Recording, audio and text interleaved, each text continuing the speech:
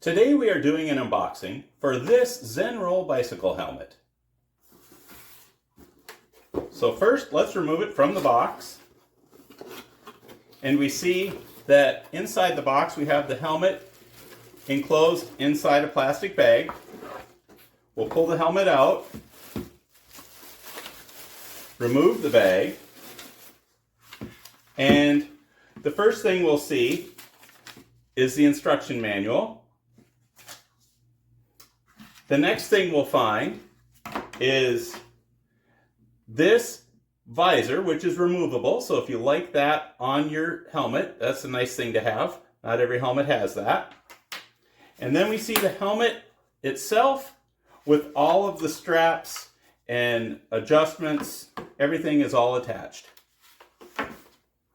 And then as we take a look on the box, we see more instructions. The owner's manual text is out here. They have warnings for anything you might need to watch out for, as well as care and maintenance tips. So everything you need is contained within this box with very little assembly required, and actually no assembly required if you don't want this visor on your helmet.